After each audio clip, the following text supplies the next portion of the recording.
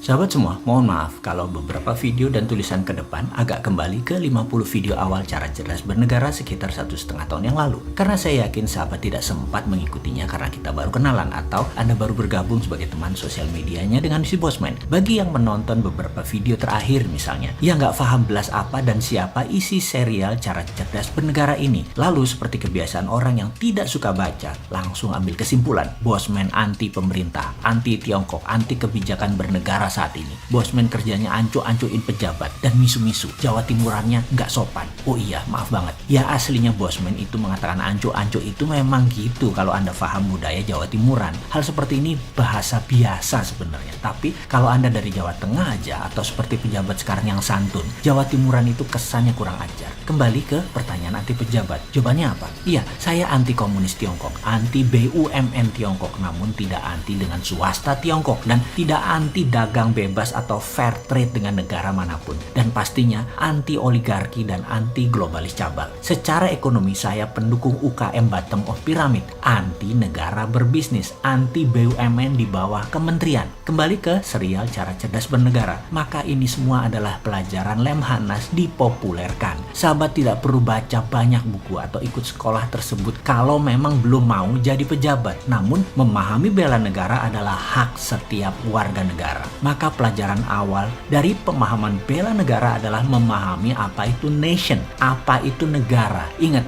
negara bukan pemerintah. Negara NKRI itu bukan milik pejabat atau seenaknya mengelola negara atas nama pemerintahan yang memenangi pemilu. Negara punya rakyat Indonesia. Negara bukan punya pemerintahan yang 5 tahunan berganti mengelola. Kita semua tahu bangsa Indonesia lahir terlebih dahulu sebelum negara NKRI berdiri, yaitu ketika Sumpah Pemuda tahun 1928. Barulah negara NKRI berdiri di tahun 1945.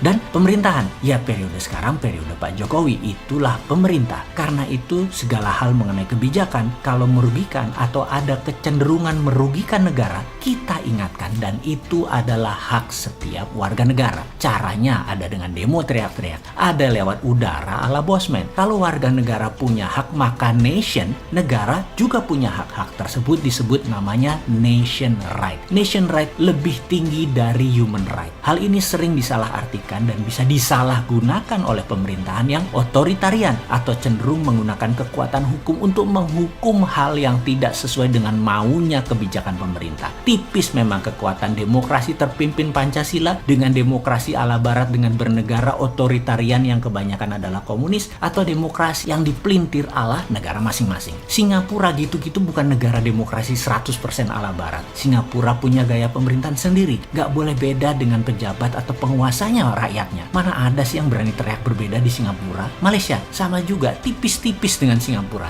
Sekali lagi, tidak ada yang sempurna negaranya, namun pemerintahan adalah kesepakatan-kesepakatan yang berlaku disepakati oleh pengelola negara masing-masing. Filipina karena Duterte-nya koboi, lain lagi kelola negaranya. Demokrasi ala Filipina ini seru. Apa-apa dibuat referendum. Misalnya Duterte tanya, narkoba boleh saya tembak di tempat nggak tuh? Referendum ternyata 80% setuju. Ya dia dor 15.000 orang lebih kasus narkoba. Dan bening sekarang tuh narkoba di Filipina. Apa itu melanggar HAM? Duterte bilang saya pegang mandat 80% suara referendum setuju. Sikat, mati aja lu kalau main-main dengan narkoba di Filipina. Negara komunis Vietnam, komunis Tiongkok, dan komunis Korea Utara. Beda lagi kelola negaranya. Namun cirinya satu, yaitu otoritarian. Saat ini entah bagaimana komunis di Indonesia pemahamannya tidak menakutkan lagi. Di sisi lain, komunis yang dipahami oposisi saat ini yang sering bengok-bengok di media dengan niat mendapatkan perhatian politik adalah masih komunisme ala Cold War, ala Perang Dingin. Jadi kasihan juga kalau banyak melihat mereka-mereka mendebatkan komunisme, apalagi pakai kata PKI. Komunisnya sudah mutan, ganti baju, dan lebih soft power. Pengkritik yang anti komunis masih lihat komunis seperti zaman Perang Dingin Soviet Amerika, pakai hard power. Beda pun, komunis sekarang soft, pakai merubah kebijakan negara yang mau ditarget atau pakai orang dalam